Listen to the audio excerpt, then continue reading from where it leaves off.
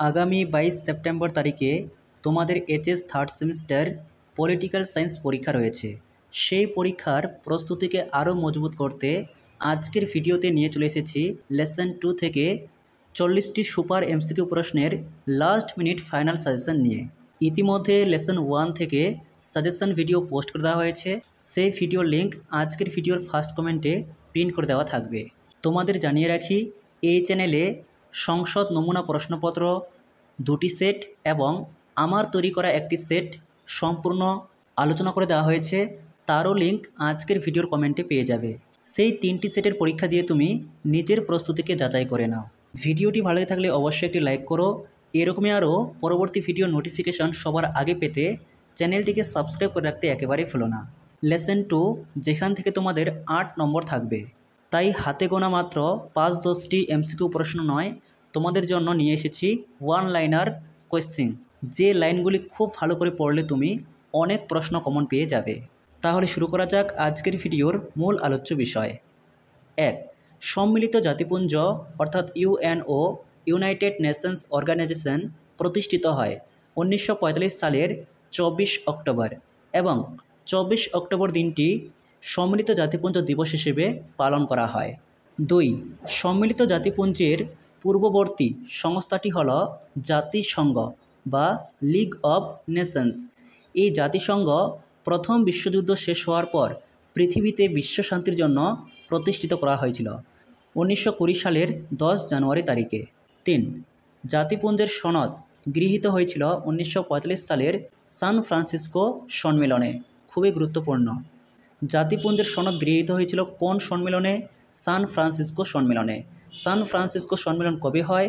1945 সালের 25 এপ্রিল। 4.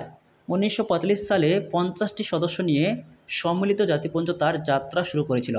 তবে এক্ষেত্রে তোমাদের জানিয়ে রাখি, 1945 সালের 26শে জুন সান ফ্রান্সিসকো সম্মেলনে 50টি দেশ জাতিসংঘের সনদে স্বাক্ষর করে। পরে পোল্যান্ড 15ই অক্টোবর স্বাক্ষর করার পর মোট 51টি প্রতিষ্ঠা সদস্যের সংখ্যা পূর্ণ হয়। এই প্রশ্নের উত্তর তোমরা পরীক্ষায় অপশান অনুযায়ী করবে। যদি অপশানে 50 থাকে তাহলে 50 করবে, যদি 51 থাকে 51 করবে। এরপর 5. সম্মিলিত জাতিপুঞ্জের বর্তমান সদস্য সংখ্যা 193 এবং 193তম সদস্য রাষ্ট্রটি হল দক্ষিণ সুদান।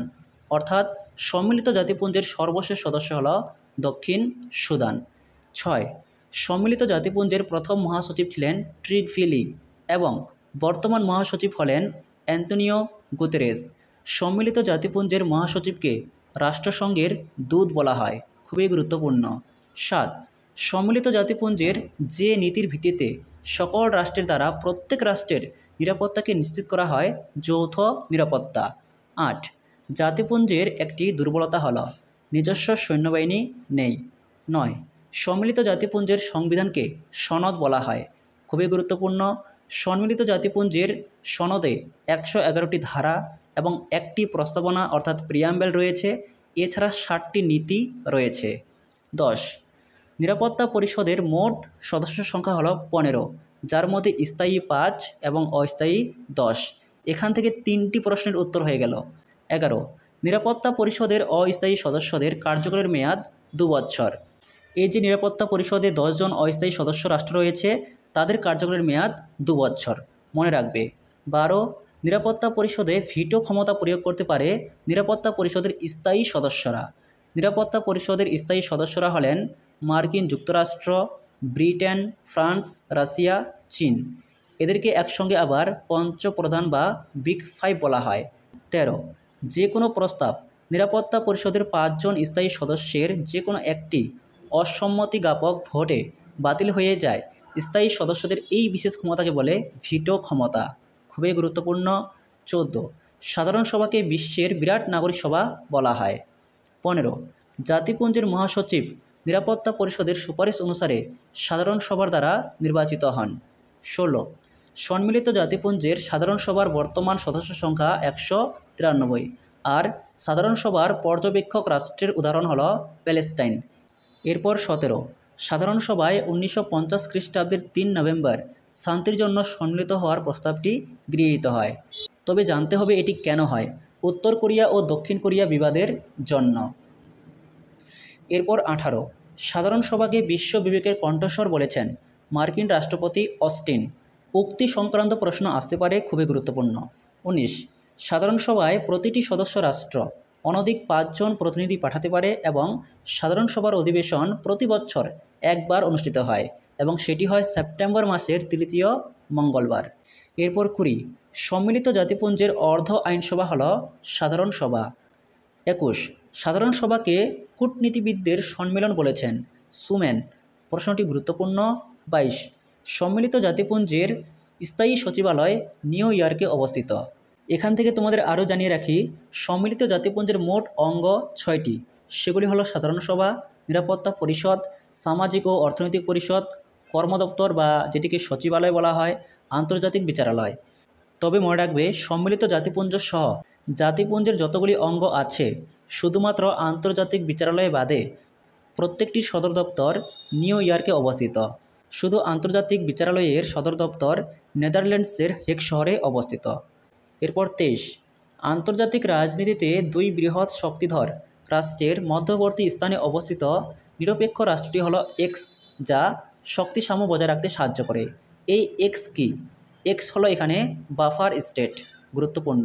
24 জাতিপুঞ্জের মূল লক্ষ্যগুলি সম্পর্কে আলোচনা করা হয়েছে প্রস্তাবনায়, আর আমরা জানি জাতিপুঞ্জের একটি প্রস্তাবনা রয়েছে। এরপর 25 আটলান্টিক সনদ কত সালে স্বাক্ষরিত হয়? 1941 সালের 14 আগস্ট। 26 ব্লু হেলমেটস বলা হয় সম্মিলিত জাতিপুঞ্জের শান্তিরক্ষা বাহিনীর নীল হেলমেটকে। 27 জাতিপুঞ্জের সদস্যপদ গ্রহণ করা রাষ্ট্রের ক্ষেত্রে বাধ্যতামূলক নয়। এরপর 28 সম্মিলিত জাতিপুঞ্জের সমস্ত সদস্য রাষ্ট্র সাধারণ সভার সদস্য, অর্থাৎ সম্মিলিত জাতিপুঞ্জের 193 সদস্য হলে সাধারণ সভারও 193 জন সদস্য হবে। 29 মহাসচিবের দুটি কাজ হলো বাজেট প্রস্তুত করা ও সাধারণ সভার কাছে বার্ষিক কার্য বিবরণী পেশ করা। 30 জাতিপুঞ্জের মহাসচিবের রাজনৈতিক ক্ষমতা সম্পর্কে আলোচনা করা হয়েছে 99 নং ধারায়। 31 সম্মিলিত জাতিপুঞ্জ কথাটি প্রথম ব্যবহার করেছেন রুজভেল্ট। 32 সম্মিলিত জাতিপুঞ্জের মহাসচিবের কার্যকালের মেয়াদ 5 বছর। 33 ইয়াল্টা সম্মেলন অনুষ্ঠিত হয় 1945 সালের ফেব্রুয়ারি মাসে। এরপর 34 আন্তর্জাতিক অর্থভাণ্ডারের প্রধান কার্যালয় অবস্থিত ওয়াশিংটনে। আন্তর্জাতিক অর্থভাণ্ডার বলতে IMF, অর্থাৎ ইন্টারন্যাশনাল মনিটারি ফান্ড। এরপর 35 ইউনেস্কো 1945 সালের 16 নভেম্বর প্রতিষ্ঠিত হয় এবং ইউনেস্কো এর সদর দপ্তর ফ্রান্সের প্যারিসে অবস্থিত।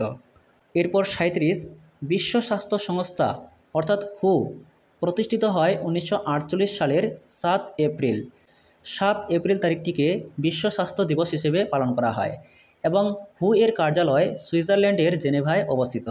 এরপর 38 বিশ্ব ব্যাংকের সদর দপ্তর ওয়াশিংটনে অবস্থিত। 39 আন্তর্জাতিক বিচারালয় নেদারল্যান্ডের হেগে অবস্থিত এবং বিচারপতির সংখ্যা 15 জন, আর তাদের কার্যকালের মেয়াদ 9 বছর। 40 অর্থনৈতিক ও সামাজিক পরিষদের মোট সদস্য সংখ্যা 54 জন। অর্থনৈতিক ও সামাজিক পরিষদের দুটি বিশেষজ্ঞ সংস্থার নাম হলো ইউনেস্কো এবং FAO।